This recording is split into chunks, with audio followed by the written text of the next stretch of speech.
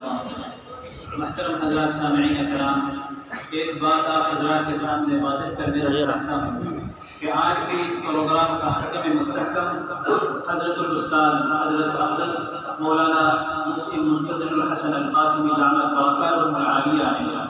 ہم حضرت کا شکر گزار ہیں کہ حضرت نے ہمارے حوصلہ افزائی فرمائی اور ہماری اس وقت سی دعوت پر لبائی کہہ کر ہماری دل جوئی فرمائی۔ اللہ رب العزت حضرت کے سائے کو ہمیں برتا دے رحمان کرتے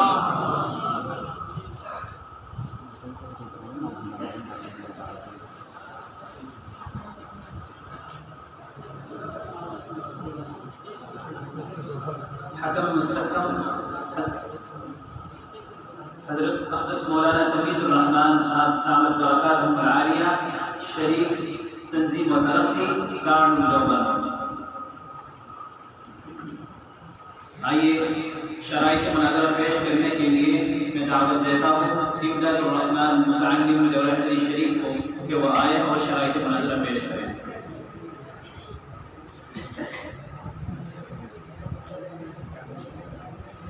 السلام علیکم ورحمۃ اللہ وبرکاتہ۔ شرائط مناظرہ جو اتحاد فریقین طے پائے ہیں وہ حسب ذیل ہے۔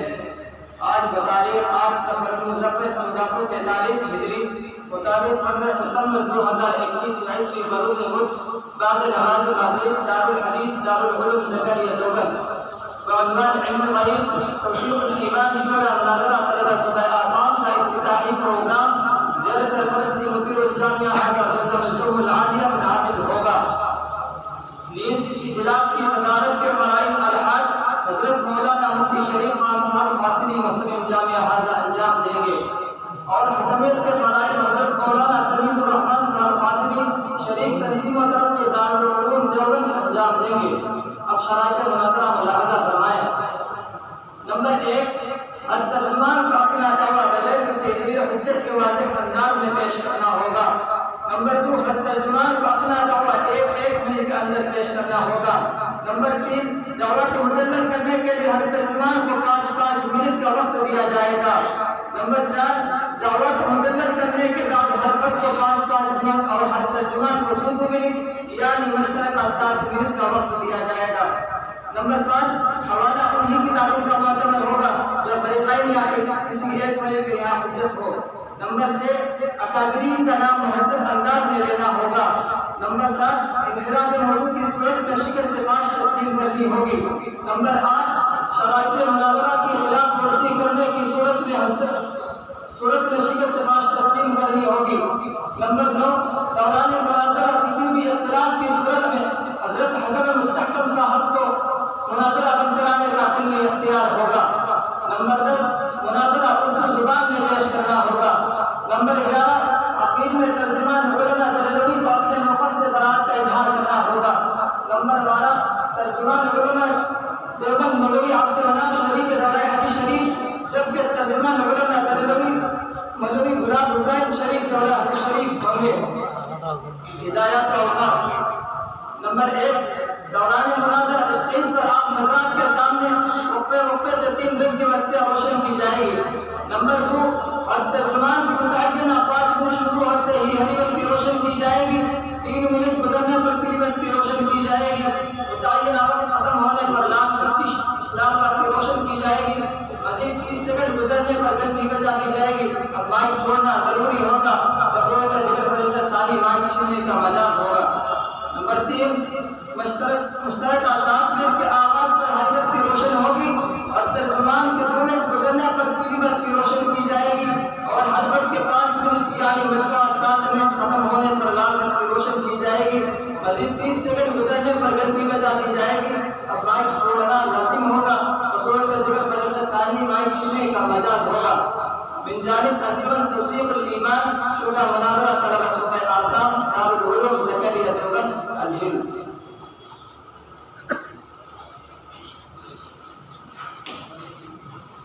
مناظرہ میں شرکت کرنے والے حضرات، مناظرہ کا موضوع علم غائب ہے۔ دیوبندیت کے ترجمان مولوی محمد عبد المنان، مناظرین نور جمال، دلبر حسین، مغرور محمد عبداللہ۔ علماء بیرونیت کے ترجمان غلام حسین مناظرین سعید احمد رضوان الکریم عبدالشکیل اپنے علماء بیرونیت کے ترجمان کو مکلف بناتا ہوں کہ وہ آئے اور اپنا دعویٰ پیش کرے.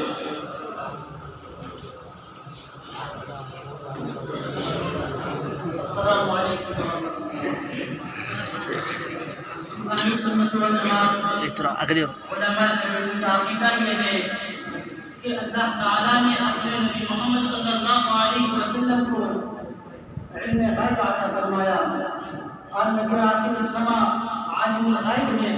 ہم اسے قرآن و احادیث کی روشنی میں ثابت کر کے دکھائیں گے انشاءاللہ.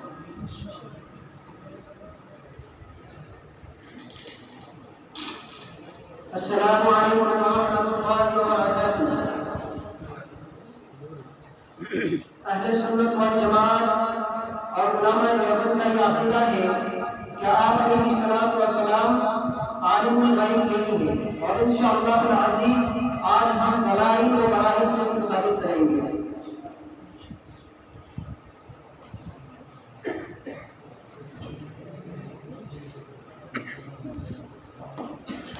الحمد لله نحمده ونستعينه ونستغفره ونؤمن به. أما بعد قال الله تبارك وتعالى في كلامه المجيد جاء الحق وزهق الباطل إن الباطل كان زهوقا. واحترم المقام قابل احترام. آج جس موضوع کے متعلق ہم گفتگو کرنے جا رہے ہیں اس موضوع سے آپ حضرات بخوبی واقف ہیں. آپ حضرات سے گزارش ہے کہ جب میں بولوں گا کہ ساتھ ساتھ کچھ جواب بھی دینا چاہیے. آپ حضرات کو جواب دینا ہوگا انشاءاللہ. چنانچہ ہم اہل سنت والجماعت علماء دیوبند کا عقیدہ یہ ہے کہ اللہ کے رسول صلی اللہ علیہ وسلم کو علم غیب حاصل ہے. اللہ نے اپنے نبی محمد صلی اللہ علیہ وسلم کو علم غیب عطا فرمایا. اب سب سے پہلی بات یہ ہے کہ علم غیب کسے کہتے ہیں؟ چنانچہ علم غیب کہا جاتا ہے علم غیب وہ ایسا علم ہے جس پر کوئی شخص مطلع نہیں ہو سکتا ہے. حواس خمسہ ظاہرہ کے ذریعے اور مادی آلات مصنوعات کے ذریعے. ہم علماء بیرونی کا عقیدہ یہ ہے کہ ہم جو نہیں جانتے ہیں وہ نبی آخر الزمان صلی اللہ علیہ وسلم جانتے ہیں اور جو نبی کریم صلی اللہ علیہ وسلم نہیں جانتے ہیں وہ اللہ کی ذات جانتی ہے. اب مطلب کیا ہوا؟ ہم جو نہیں جانتے ہمارے سامنے جتنی چیزیں مغیبات میں سے ہیں وہ اللہ کے رسول کے سامنے مغیبات نہیں ہے. جو اللہ کے رسول کے سامنے مغیبات میں سے ہے وہ اللہ کے سامنے مغیبات میں سے نہیں ہے. اس پر ایمان لانا ضروری ہے. اس کا انکار کرنے والا کافر ہے. محترم المقام آپ حضرات کے سامنے میں دلیل پیش کرنے جا رہا ہوں. وما هو على الغيب بضنين. قرآن کریم کے اندر اللہ رب العزت سورۃ تکویر کے اندر پارہ نمبر 30 آیت نمبر 24 کے اندر اللہ رب العزت فرماتے ہیں وما هو على الغيب بضنين. اور وہ یعنی محمد رسول اللہ صلی اللہ علیہ وسلم غائب کی خبر بتانے میں بخلی نہیں کرتے, بخالت سے کام نہیں لیتے.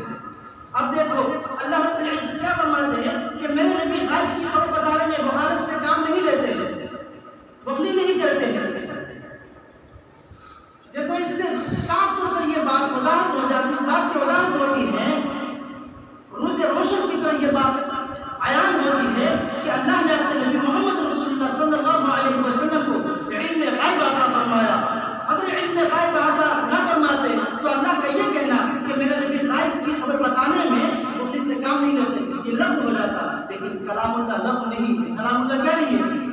لفظ نہیں ہے. اس سے یہ بات عیان ہوتی ہے کہ اللہ نے اپنے نبی محمد رسول اللہ صلی اللہ علیہ وسلم کو علم غیب سے نوازا ہے. غائب عطا نہ فرماتے تو اللہ رب العزت وما هو علی الغیب بضنین نہ فرماتے۔ چنانچہ میں دوسری آیت پیش کرتا ہوں قرآن کریم سے، وَيَكُونُ الرَّسُولُ عَلَيْكُمْ شَهِيدًا۔ اللہ رب العزت قرآن کریم کے اندر فرماتے ہیں وَيَكُونُ الرَّسُولُ عَلَيْكُمْ شَهِيدًا، اور رسول تم پر گواہ ہوں گے۔ اس کا خلاصہ مطلب بات یہ ہے کہ جب کل قیامت کے دن سارے انبیاء کی امتوں کو جمع کی جائے گی، سامنے سارے انبیاء کی امتوں کو جمع کیا جائے گا، پھر ان سے ان کی حالت پوچھی جائے گی تو وہ تو کیا ہوں گے، اپنے بالآخر میں مجبور ہو کر اللہ رب العزت کیا کریں گے، اپنے انبیاء کو ان کے امتوں کے انبیاء کو بلائیں گے، سارے انبیاء کو جمع کیا جائے گا، وہ گواہی دیں گے، انکار کریں گے، امت محمدی بلائی جائے گی، پھر بھی انکار کر دیں گے، پھر آخر رسول اللہ صلی اللہ علیہ وسلم کو بلایا جائے گا، نبی کریم صلی اللہ علیہ وسلم جائیں گے، گواہی دیں گے، نبی کریم صلی اللہ علیہ وسلم کی گواہی قبول کی جائے گی۔ اب دیکھو کوئی شخص تو تبھی گواہی دے سکتا ہے جب کسی خبر سے واقف ہو، کسی خبر سے باخبر ہو۔ اللہ کے رسول کی گواہی دینا، کیا اللہ کے رسول موسیٰ علیہ السلام کے زمانے میں تھے؟ عیسیٰ علیہ السلام کے زمانے میں تھے؟ حضرت موسیٰ علیہ السلام کے زمانے میں، نوح علیہ السلام کے زمانے میں، کسی بھی نبی کے زمانے میں تو میرے آقا صلی اللہ علیہ وسلم نہیں تھے، پھر ان کی گواہی قبول کی جائے گی۔ اس سے یہ بات عیان ہوتی ہے، صاف طور پر واضح ہو جاتی ہے کہ اللہ نے اپنے نبی آخر الزمان صلی اللہ علیہ وسلم کو علم غیب سے نوازا ہے۔ میں اس سے جواب کے تعلق میں اگر کسی کے پاس جواب ہے تو جواب پیش کیجیے گا۔ ایک دوسری آیت ہے، تیسری آیت پیش کرتا ہوں استدلال کے طور پر، چنانچہ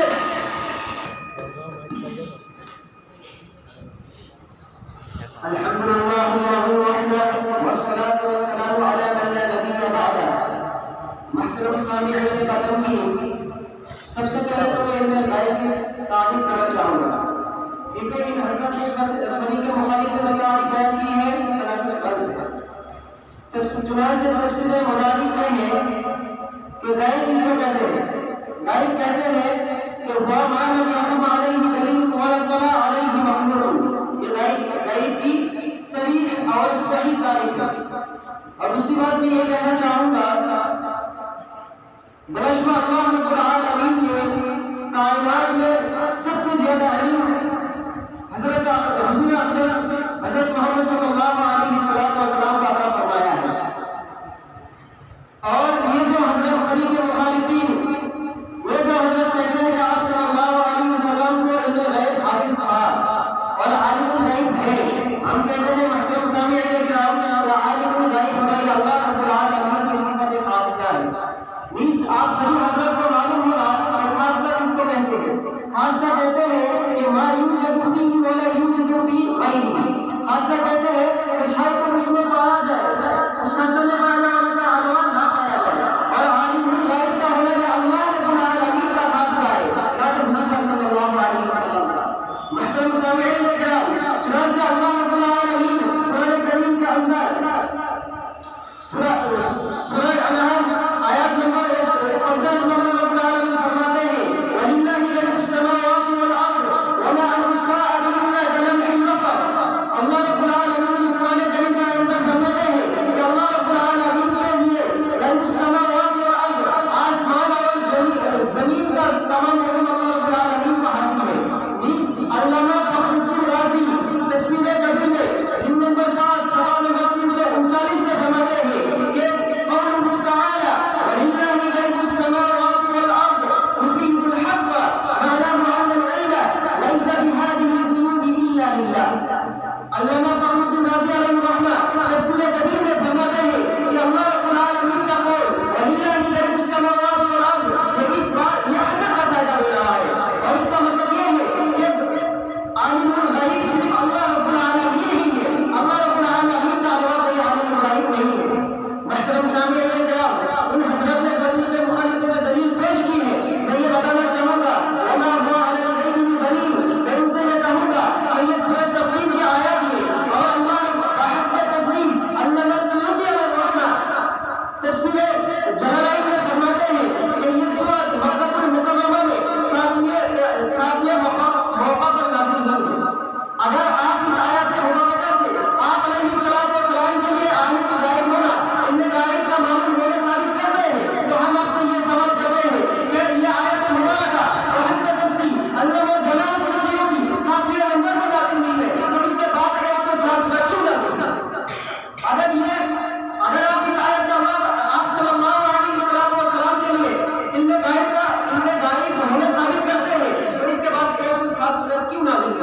حاضرین وقت میں نازل ہوئی.